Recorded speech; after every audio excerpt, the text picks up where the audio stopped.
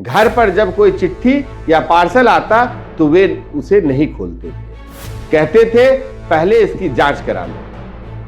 और आज भी उनकी मृत्यु को लेकर के जो संदेहास्पद स्थिति बनी हुई है वो अभी तक वो गुत्थी पूर्णतः सुलझी हुई नहीं है। ये मानते हैं कि ललित नारायण मिश्र की हत्या राजनीतिक साजिश थी। कोसी क्षेत्र के लिए, पूरे मिथिलांचल के लिए काफी दुर्भाग्यपूर्ण बात रहा। प्लेटफॉर्म संख्या 2 पर अचानक बम धमाका हुआ। उन्होंने ये कहा था कि मैं रहूं या ना रहूं, बिहार बढ़कर रहेगा। अपने भाइयों से ये कहा था कि अगर मुझे कुछ हो जाए तो मेरा अंतिम संस्कार गांव में ही करना।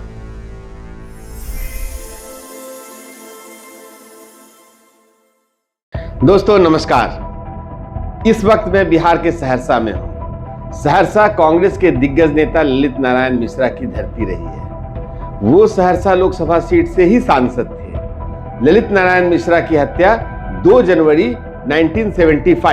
1975 को समस्तीपुर रेलवे स्टेशन पर बम विस्फोट में हुई थी। ये बिहार का एक काला अध्याय तो है ही, भारतीय इतिहास का भी एक काला अध्याय है। 50 साल पहले हुए इस हत्याकांड में आरोपियों को सजा भी हुई थी, लेकिन परिवार ने उसे न्याय नहीं माना। आखिर इस मामले को फिर खोले जाने की मांग क्यों की जाती है? ललित नारायण मिश्रा को प्रधानमंत्री पद का भी दावेदार माना जाता था, इसलिए जब उनकी हत्या हुई तो उंगलियां इंदिरा गांधी पर भी उठी थी। मैं वो कहानी विस्तार से सुनाता हूं। हत्या वाले दिन क्या हुआ था, जख्मी होने के बाद उन्हें इलाज पर क्यों विवाद हुआ, अदालत में क्या क्या हुआ, सब बताऊंगा। आप वीडियो देखते रहिए।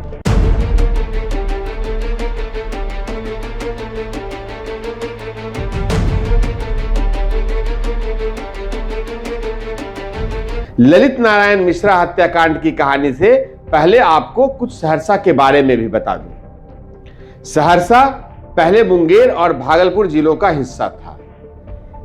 1 अप्रैल 1954 को इसे जिला बना दिया गया था। 2 अक्टूबर 1972 को इसे कोसी सब डिवीजन का मुख्यालय बनाया गया था, जिसमें सहरसा, पूर्णिया और कटिहार जिले शामिल थे। 2 नए जिलों मधेपुरा और सुपौल सहरसा जिले से 30 अप्रैल 1981 और 1991 को बनाए गए थे। सहरसा जिले में अब 2 अनुमंडल हैं, सहरसा सदर और सिमरी बख्तियारपुर। इस जिले में 4 विधानसभा क्षेत्र हैं, जहां अभी बिहार विधानसभा का चुनाव हो रहा है। सोनबरसा, सहरसा, महेसी और सिमरी बख्तियारपुर। एक समय जिले का एक बड़ा हिस्सा हर साल नदियों की बाढ़ में डूबा रहता था। सहरसा मिथिला का हिस्सा है। भाषा यहाँ की मैथिली है। मान्यता है कि त्रेता युग में ये जगह राजा जनक यानी माता सीता के पिता के राज्य का हिस्सा थी। मंडन मिश्रा और शंकराचार्य के बीच प्रसिद्ध शास्त्रार्थ सहरसा के महिषी में ही हुई थी।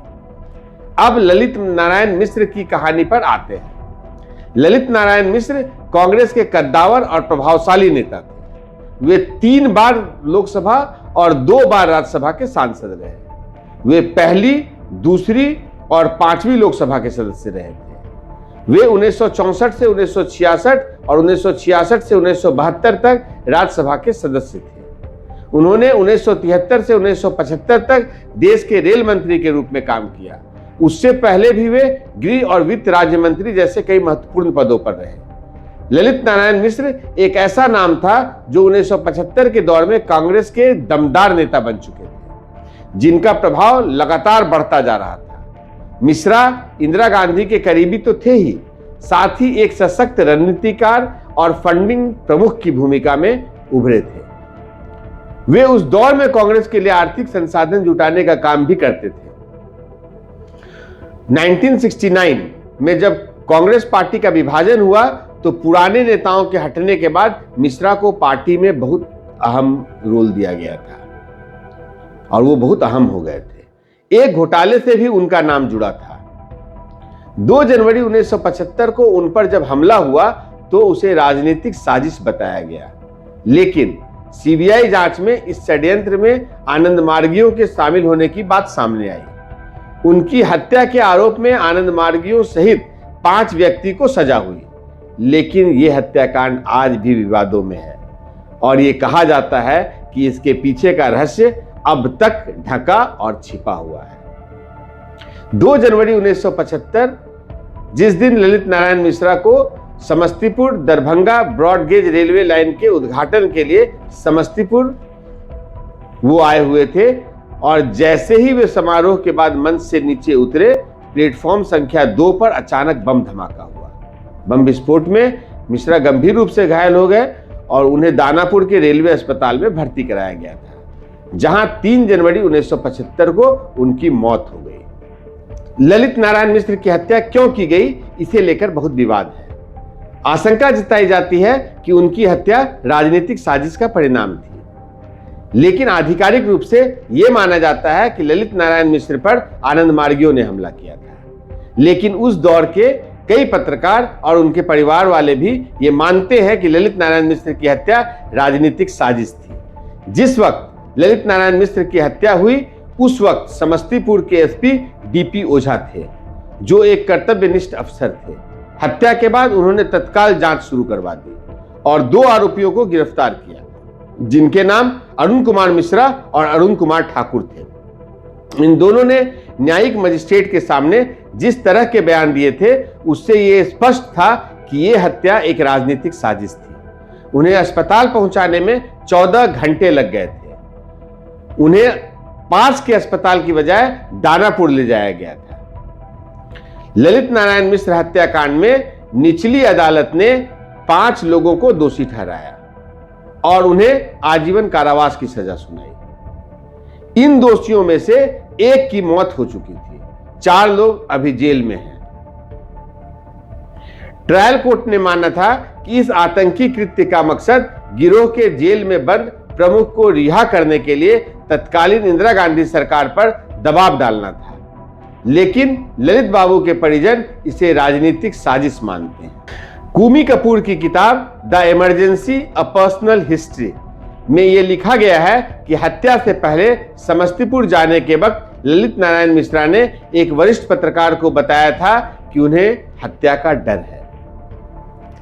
इस बारे में उनके पोते ऋषि मिश्र का बयान आया था कि दादी जी 6 माह से इस बात का शक था कि उनकी हत्या हो सकती है, इसलिए घर पर जब कोई चिट्ठी या पार्सल आता तो वे उसे नहीं खोलते थे। कहते थे पहले इसकी जांच करा लो। इतना ही नहीं, 1974 की दुर्गा पूजा के लिए जब वे गांव गए थे तो अपने भाइयों से यह कहा था कि अगर मुझे कुछ हो जाए तो मेरा अंतिम संस्कार गांव में ही करना। उनके पोते ने यह भी कहा था कि उनकी जेपी के साथ 6 जनवरी 1975 को मीटिंग फिक्स थी। संभवतः इस मीटिंग में कुछ बड़ा होता, लेकिन उससे पहले ही उनकी हत्या हो गई।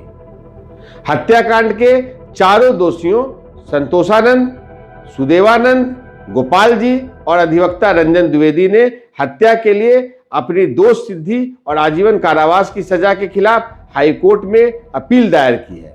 ललित नारायण मिश्रा की मौत के बाद उनके छोटे भाई जगन्नाथ मिश्रा को बिहार का मुख्यमंत्री बना दिया गया था।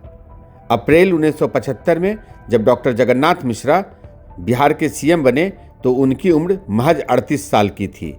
तब के लोग बताते हैं कि सियासी जगत में ये चर्चा तब खूब होती थी कि परिवार कहीं शीर्ष नेतृत्व पर मामले में आरोप न लगाए, इसलिए उसकी भरपाई करने के लिए ललित नारायण मिश्रा के भाई जगन्नाथ मिश्रा को सीएम बना दिया गया।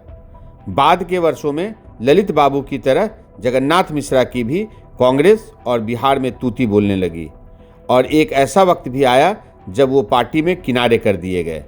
वो 3 बार बिहार के मुख्यमंत्री रहे और केंद्र में मंत्री भी रहे। उनके बेटे नीतीश मिश्रा फिलहाल जेडीयू के साथ हैं और बिहार में मंत्री भी हैं और झंझारपुर सीट से इस बार चुनावी मैदान में हैं। वहीं ललित नारायण मिश्रा के पोते ऋषि मिश्रा कांग्रेस के टिकट से जाले विधानसभा सीट से चुनाव लड़ रहे हैं। आपको बता दूं कि ऋषि मिश्रा, जो कि वर्तमान में आरजेडी नेता हैं, इस बार कांग्रेस के टिकट पर चुनाव लड़ रहे हैं। पहले चर्चा थी कि कांग्रेस मोहम्मद नौशाद को लड़ा रही है। नौशाद वही नेता है जिनके मंच से राहुल गांधी और तेजस्वी यादव की यात्रा के दौरान प्रधानमंत्री नरेंद्र मोदी को मां की गाली दी गई थी। दिल्ली में पार्टी हाईकमान तक जब यह बात पहुंची कि नौशाद को टिकट दे दिया गया है तो रातों रात गेम पलट गया और यहां आरजेडी के नेता ऋषि मिश्रा को कांग्रेस के अपने सिंबल से लड़ा दिया गया। इसी सीट से ललित मिश्रा के बेटे विजय कुमार मिश्रा भी पहले विधायक रह चुके हैं। बाद में जदयू के टिकट पर ऋषि मिश्रा भी यहां से विधायक रह चुके हैं। हम ललित नारायण मिश्रा के गांव भी गए, उनके पुश्तैनी घर को देखा जो कि सुपौल जिले के वीरपुर प्रखंड के बलुआ बाजार में है। ये जगह नेपाल बॉर्डर पर जोगबनी के पास है। यह स्थान सुपौल जिले के दक्षिण में सहरसा और पश्चिम में मधुबनी जिले से सटा हुआ है। एक समय बलुआ बाजार को छोटी दिल्ली भी कहा जाता था, क्योंकि केंद्र की सरकार में इंदिरा गांधी के बाद सबसे रसूख वाले नेता ललित नारायण मिश्रा ही थे। हमने ललित नारायण मिश्रा के भाई के पोते गौतम मिश्रा, जो कि दिल्ली हाईकोर्ट में वकील हैं, उनसे भी बात की। और उनके जाने से जो भी क्षति हुई वो आज तक पूर्ण नहीं हो पाई। ललित बाबू की जो आखिरी शब्द थे, जो समस्तीपुर में जो बम कांड में जो उनकी हत्या हुई, उन्होंने ये कहा था कि मैं रहूं या ना रहूं, बिहार बढ़कर रहेगा। आज उनकी समाधि चिन्ह पर भी आप देख सकते हैं, ये लिखा हुआ है। कोशी क्षेत्र में ललित बाबू को लोग स्नेह से कोशी पुत्र भी बोला करते थे। ये पूरे कोशी क्षेत्र के लिए, पूरे मिथिलांचल के लिए काफ़ी दुर्भाग्यपूर्ण बात रहा जो 51 साल की उम्र में, इतनी कम आयु में ललित बाबू का देहांत हो गया, जिसके वजह से न सिर्फ पूरा मिथिलांचल बल्कि मिथिलांचल के अलावा बिहार, पूरे राष्ट्र का एक काफ़ी बड़ा नुकसान हुआ ललित बाबू के जाने से। और आज भी उनकी मृत्यु को लेकर के जो संदेहास्पद स्थिति बनी हुई है, वो अभी तक वो गुत्थी पूर्णतः सुलझी हुई नहीं है। और उनके जाने से भारतीय राजनीतिक पटल में भी एक जो गैप क्रिएट हो गया, वो उस तरीके से उस स्टेचर के कद्दावर नेता, कद्दावर लीडर, जो कि जन समूह से जुड़े हुए, जिनको कि लोगों का इतना स्नेह प्राप्त था, वैसे दिग्गज